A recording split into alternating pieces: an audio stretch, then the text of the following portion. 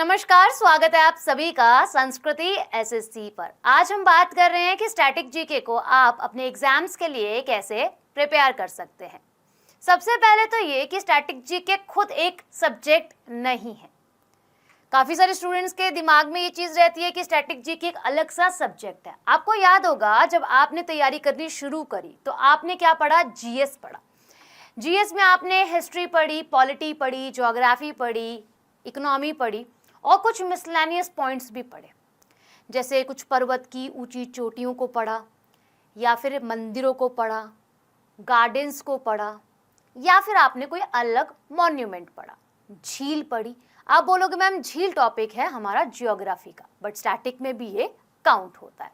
तो मुख्य रूप से जो ज्योग्राफी का पार्ट होता है मुख्य रूप से आपको यहाँ पर देखने के लिए मिलता है। एग्जाम्पल्स के लिए नेशनल पार्क हो गए, वाइल्ड लाइफ सेंचुरीज हो गई, रामसर साइट्स हो गई, बायोस्फीयर रिजर्व्स हो गए, तो ये ज्योग्राफी का कुछ पार्ट है।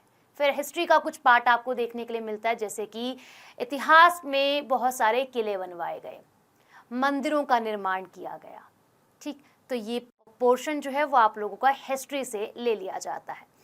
तो इसी प्रकार आपका पॉलिटी से, इसी प्रकार इकोनॉमी से कुछ फैक्चुअल जो डेटा होता है वही मिलकर एक साथ स्टैटिक जीके कहलाता है। इसे आप स्टार्टिंग में मिसलेनियस के नाम से भी जानते थे। अच्छा, अब बात करी जाए, लिखा है डेफिनेशन, तो इस सब्जेक्ट की कोई अलग से डेफिनेशन नहीं है, बट ये फैक्चुअल डेटा है जो हर एक सब्जेक्ट से लिया गया है। सबसे पहले आपको ये समझना पड़ेगा। अच्छा, आज आप और हम लोग पढ़ाते हैं आपको तो स्टैटिक जीके एक अलग से नाम से पढ़ाते हैं, क्योंकि स्टूडेंट्स के दिमाग में एक ऐसा डर बन गया है कि अगर हम इसे नहीं कवर करेंगे तो हमारा सिलेक्शन रुक जाएगा। पर अगर आप जीएस के ही पार्ट को अपना बहुत अच्छे से कवर कर रहे हो ना, तो आपका ये पार्ट और ये सब्जेक्ट भी अपने आप बन जाता है और तैयार हो जाता है। एक सवाल ये भी रहता है कि करंट और स्टैटिक जीके। देखो, जो करंट आप लोगों की जैसे पहली बार कोई कार्य किया गया है, ठीक है, जैसे अभी मैं एग्जाम्पल दूं मोहना सिंह के बारे में, तो इन्होंने हमारा तेजस जो फाइटर जेट है वो अभी तरंग शक्ति एक्सरसाइज के अंदर उड़ाया है, तो ये स्टैटिक बन जाएगा। फर्स्ट टाइम हुआ है ना, तो जो पुरानी करंट बन जाती है और जो पहले ऐसे कार्य करे जाते हैं वो स्टैटिक जीके के अंदर काउंट हो जाते हैं। तो आपको इतना समझ आया होगा, कोई प्रॉपर डेफिनेशन तो नहीं है, करंट का कुछ भाग है और जीएस का कुछ भाग है, जो फैक्चुअल डेटा है वही इकट्ठा होके हम स्टैटिक जीके उसे कहते हैं। अच्छा, अब इंपॉर्टेंस ऑफ स्टैटिक जीके आप सभी देख रहे हो कि आपको सवाल एग्जाम में देखने के लिए मिलते हैं। मैम टेम्पल से हमेशा क्वेश्चन आता है, जी बिल्कुल आता है। झीलों से क्वेश्चन देखने के लिए मिलता है, वाद्य यंत्र से सवाल देखने के लिए मिलते हैं, क्लासिकल डांसर्स से, म्यूजिक से आपको क्वेश्चंस देखने के लिए मिलते हैं, त्योहारों से क्वेश्चन हमेशा देखने के लिए मिलते हैं। तो आपको ये पढ़ना है, और मैं ये नहीं बोलती कि आप केवल एसएससी के एग्जाम के लिए इसे प्रिपेयर करते हो, आप कोई भी स्टेट एग्जाम कोई भी, है ना, चाहे वो बिहार का है, झारखंड का है, मध्य प्रदेश का है, छत्तीसगढ़ का है, राजस्थान का है, कोई भी स्टेट हो, हरियाणा का है, आपको इसे पढ़ के जाना होता है। क्यों? क्योंकि महत्व रखता है। अगर 25 सवाल आ रहे हैं एसएससी के एग्जाम में, तो 7 से 8 सवाल स्टैटिक जीके के ये जो फैक्चुअल डायरेक्ट आपसे पूछे जाते हैं। इसके बाद वेटेज इन डिफरेंट एग्जाम्स, जैसे मैं बात करूँ, अब जीएस आपका कहीं 50 नंबर का आ रहा है, फॉर एग्जाम्पल जैसे आप लोगों का मोर देन 30 नंबर्स का यूपी के एग्जाम्स में आपसे जीएस पूछा जाता है, तो आप ये समझो कि आपके 8 से 10 सवाल कहीं नहीं गए। इसके बाद करंट के 2 सवाल और 3 सवाल और करंट के भी कैसे पूछता है, अब तो साल पुरानी, 1.5 साल पुरानी, 2 साल पुरानी करंट अफेयर पूछी जाती है। जब आप सीजीएल की तैयारी कर रहे हो, एसएससी के किसी भी एग्जाम की तैयारी कर रहे हो, तो आप 2 साल पुरानी करंट अफेयर अच्छे से समझ के और पढ़ के जाइए। इसके बाद अगर आप स्टेट एग्जाम पे जाते हो और यूपी के एग्जाम्स की तरफ जाते हो तो 1 साल की इनफ है। एसएससी में सीएचएसएल के अंदर 1 साल की, 1.5 साल की करंट अफेयर इनफ रहती है आप लोगों के लिए। इसी से ही आपका स्टैटिक का पोर्शन भी बन जाता है। अच्छा, हाउ टू स्टडी, आपने एक वीडियो मेरी और पहले देखी होगी, और मैं हमेशा एक ही तरीका बताती हूँ पढ़ने का कि सबसे पहले आप सिलेबस देखो। सिलेबस देखने के बाद आप पीवाईक्यूज पर ध्यान दो। PYQs पर जब आप ध्यान दोगे अपने, तो आप अपने माइंड को सेट कर पाओगे कि मुझे कितना और कितना समय देना है हर एक सब्जेक्ट को। इसके बाद आप चैप्टर वाइज चीज़ों को उठाएंगे, चैप्टर को कंप्लीट करेंगे, उसी चैप्टर के टॉपिक वाइज सवालों को लगाएंगे। टॉपिक वाइज सवालों को लगाने के बाद आप कोशिश करें कि चारों के चारों ऑप्शंस को आप क्लियर कर दें। ऐसे करके आप पूरा का पूरा सब्जेक्ट कवर करेंगे। उसके बाद आप PYQ दोबारा से पिक करेंगे और वहाँ भी कोशिश करेंगे, क्योंकि चारों ऑप्शन भिन्न होते हैं, कभी कभी सिमिलर से भी दिखाई देते हैं, तो आपका एलिमिनेशन यहाँ पर मेथड जो है वो काम करता है और आपके सारे के सारे 4 ऑप्शंस क्लियर हो जाते हैं। तो यही तरीका है पढ़ने का। बुक्स देखो, GS पढ़ो आप आराम से, और बुक्स अगर स्टैटिक GK के लिए बोलूँ तो ऐसा कुछ नहीं, आप PYQ ध्यान रखो। ठीक, मैं आपको रोज 10 बजे स्टैटिक GK की क्लास भी लेकर आती हूँ आप लोगों के लिए, आप उनको देखो, क्योंकि वो एक मिक्स्ड क्लास होती है। आपके CHSL की सीरीज चल रही है, जो इस वर्ष साल 2024 के अंदर क्वेश्चंस आए हुए हैं, फिलहाल हम उनको कवर कर रहे हैं। प्रीवियस ईयर क्वेश्चंस अपने आप में महत्व रखते हैं, मॉक टेस्ट अपने आप में महत्व रखता है। जब तक आप मॉक टेस्ट नहीं दोगे तो आपको पता नहीं चलेगा कि मेरी तैयारी कितनी चल रही है, क्योंकि यहाँ तो मैंने सब कुछ पढ़ लिया, पूरा सिलेबस कंप्लीट कर लिया है, पर जब मैं परीक्षा में बैठा हूँ और बैठी हूँ, वहाँ पे मेरे पास एक एग्जामिनेशन हॉल के अंदर अलग प्रेशर क्रिएट होता है। उस समय मुझे घबराहट भी होती है। काफ़ी सारे स्टूडेंट्स का ऐसा कहना होता है, क्यों होती है? क्योंकि हमने प्रैक्टिस नहीं करी, सिलेबस बहुत बार दोहरा लिया है, उसके लिए प्रैक्टिस भी तो करनी है, हमें मॉक टेस्ट लगाने। तो प्रीवियस ईयर क्वेश्चंस और मॉक टेस्ट इसलिए अहम भूमिका निभाते हैं आपकी तैयारी में। अगर आपने इसको नहीं करा तो आपकी तैयारी बिल्कुल वेस्ट है। जैसे मैंने समझाया, कोई परिभाषा नहीं है, यहाँ पे GS के ही सभी सब्जेक्ट्स आप लोगों के पास आ जाते हैं।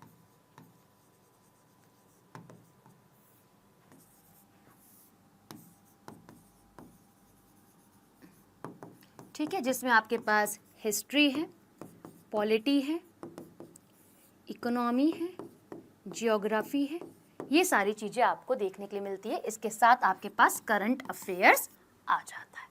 ठीक है, चलो अब समझ लेते हैं जीवन में इसके एग्जाम्पल कैसे फाइंड आउट कर सकते हैं हम, इंपॉर्टेंस ऑफ स्टैटिक में। फॉर एग्जाम्पल, आपको किसी मंदिर जाना है, आपको किसी नेशनल पार्क जाना है, आपने दोस्त से प्लान बनाया कि यार हम ना राजा जी नेशनल पार्क चलते हैं।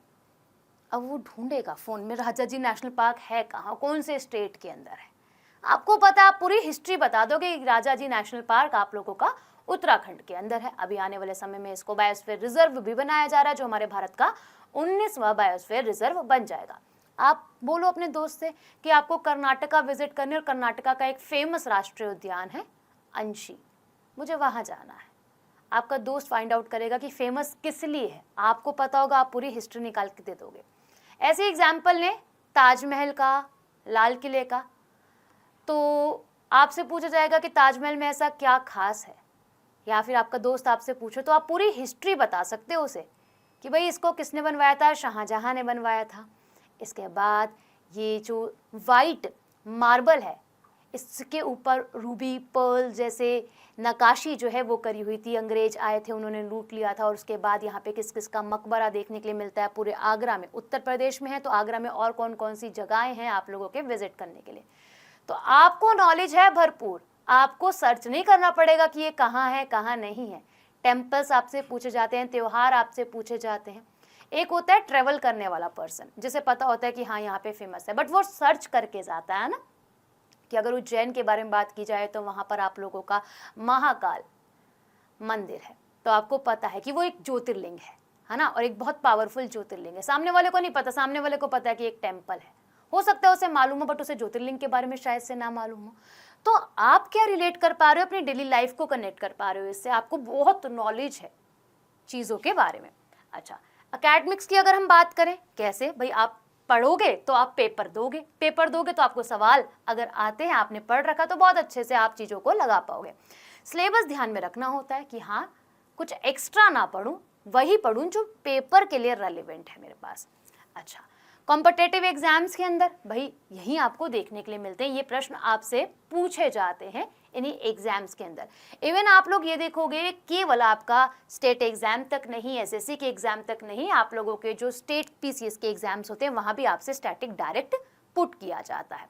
ठीक, तो यहाँ आप लोगों के लिए क्या हो गया, यहाँ आप लोगों के लिए एकेडमिक्स भी हो गया, कॉम्पिटिटिव एग्जाम्स भी हो गया और डेली लाइफ के एग्जाम्पल्स के साथ भी बात आ गई। How to study, simple, first you have to take your syllabus. ठीक, सबसे पहले अपना सिलेबस देखो। सिलेबस देखने के बाद आप क्या देखोगे, आप देखोगे PYQs, क्योंकि इंपॉर्टेंट है, आपको पता चलेगा इस चैप्टर में से ये सवाल आया हुआ है। मार्क करेंगे, एक लिस्ट बनाएंगे कि हाँ किस पोर्शन से मैक्सिमम, अगर हम 5 वर्ष के प्रीवियस PYQ क्वेश्चंस को लेकर बैठे हैं तो मैक्सिमम हमें क्वेश्चंस कहाँ से देखने के लिए मिल रहे हैं। ठीक, उसके बाद हम अपना सिलेबस लेंगे, सिलेबस में पर्टिकुलर एक एक चैप्टर को पढ़ेंगे। चैप्टर पढ़ने के बाद हम लगाएंगे क्या भाई, उसका प्रैक्टिस क्वेश्चन, जिसको आप लोग मॉक भी बोल सकते हो, प्रैक्टिस मॉक। ठीक, तो पहले आप लोगों को क्या करना है, हमेशा अपने सिलेबस को ध्यान में रखना है। उसके बाद आप PYQ को देखेंगे, ये आप मैक्सिमम 5 ईयर्स के देख सकते हो प्रीवियस। उसके बाद आप क्या करोगे, उसके बाद आपको क्या करना है, अपने सिलेबस को और सभी चीज़ों को देखकर चैप्टर वाइज पढ़ना शुरू करना है, चैप्टर वाइज पढ़ना शुरू करना है। और ईच चैप्टर के जब वो कंप्लीट हो जाए आपका चैप्टर, तो आपको क्या लगाने हैं, उसके क्वेश्चंस लगाने हैं जो प्रैक्टिस क्वेश्चंस कहलाते हैं। और कोशिश करनी है कि चारों के चारों ऑप्शंस को आप क्लियर कर पाओ। ठीक, ये हो गया। ऐसे ही चैप्टर कर करके आप सारा सब्जेक्ट कंप्लीट करोगे। उसके बाद आप PYQ पर आएंगे। PYQ के लिए भी क्या है, जहां आपने यहाँ पर चीज़ों को देखा था, अब आप यहाँ तो आप एक भी ऑप्शंस लगाने के लिए भी शायद से तैयार ना हो जब आप बिल्कुल इनिशियल लेवल से तैयारी कर रहे हो, बट यहाँ आप क्या कर पाओगे, यहाँ पर आप चारों के चारों ऑप्शंस को एलिमिनेट कर पाओगे और चारों के चारों ऑप्शंस को लगा पाओगे। कोशिश यही करनी चाहिए, क्योंकि एक सवाल नहीं, एक के साथ आपके 5 सवाल बन जाते हैं। ठीक है, अच्छा, और इसमें से फैक्चुअल डेटा और निकलता रहता है जिसे आपको ध्यान में रखना है। अच्छा, इसके बाद अगर हम बात करें बुक्स कौन सी है, बुक्स आप अपनी GS पढ़ो, ठीक है, और PYQ पढ़ो, है ना। जो आपकी GS की किताबें हैं उसको ध्यान में रखा जाए। ठीक है, बहुत सारी किताबें हैं आपके पास। PYQ मैं हमेशा बताती हूँ, किरण पब्लिकेशन बहुत अच्छा है। ठीक है, आप उसको फॉलो करें। अरिहंत की बुक्स हैं, आप उसे फॉलो करें। सबसे बेस्ट है ल्यूसेंट, आपको उसमें चैप्टर भी मिल जाएगा, बट वहाँ बहुत शॉर्ट चीज़ें मिलेंगी, इसलिए बोला जाता है कि क्लासेस भी आप टाइमली करा करें। ठीक है, तो GS की जो भी आपके पास किताब है, एक्स्ट्रा सोर्सेज मत बनाओ, लिमिटेड सोर्सेज बनाओ, सबसे बेस्ट रहता है। अपने नोट्स हैं आपके पास, कोई एक बुक फॉलो कर लो आप, हाँ, बट उसका जो डेटा है ना वो बिल्कुल करेक्ट हो, ये फाइंड आउट करना है आपने। बुक ले ली आपने, कोई भी एक किताब ले ली है, उसके बाद आपने क्या करना है, उसके बाद आपके पास PYQ है अपने। ठीक है, एक किताब ऐसी ले ली है, उसके बाद PYQ है, आपके खुद के नोट्स हैं, इससे बेस्ट बुक और कोई नहीं हो सकती है। ठीक है, ज़रूरत पड़े तो बाकी क्लासेस को आप रिकॉल कर सकते हैं। एक बार सिलेबस पे नज़र डाल लेते हैं, जहाँ से आपके हमेशा क्वेश्चन बनते हैं और स्कोरिंग क्वेश्चंस। देखो, नृत्य पूछा जाता है, नृत्य भी आप लोगों के फोक डांस होते हैं और क्लासिकल डांस होते हैं। लोक नृत्य और शास्त्रीय नृत्य दोनों आप लोगों को पढ़ने होते हैं। ठीक है, ये हो गया। तो इसमें लोक भी है और शास्त्रीय भी है, दोनों से सवाल हमेशा बनते हैं, दोनों से। अब शास्त्रीय से कैसा बन सकता है ये समझ लेते हैं एक बारी। या तो आपसे इसमें इस्तेमाल किया जाने वाला म्यूज़िक, या तो इसका कोई कलाकार, डांसर, या तो आपसे डायरेक्ट स्टेट के बारे में पूछ लेता है।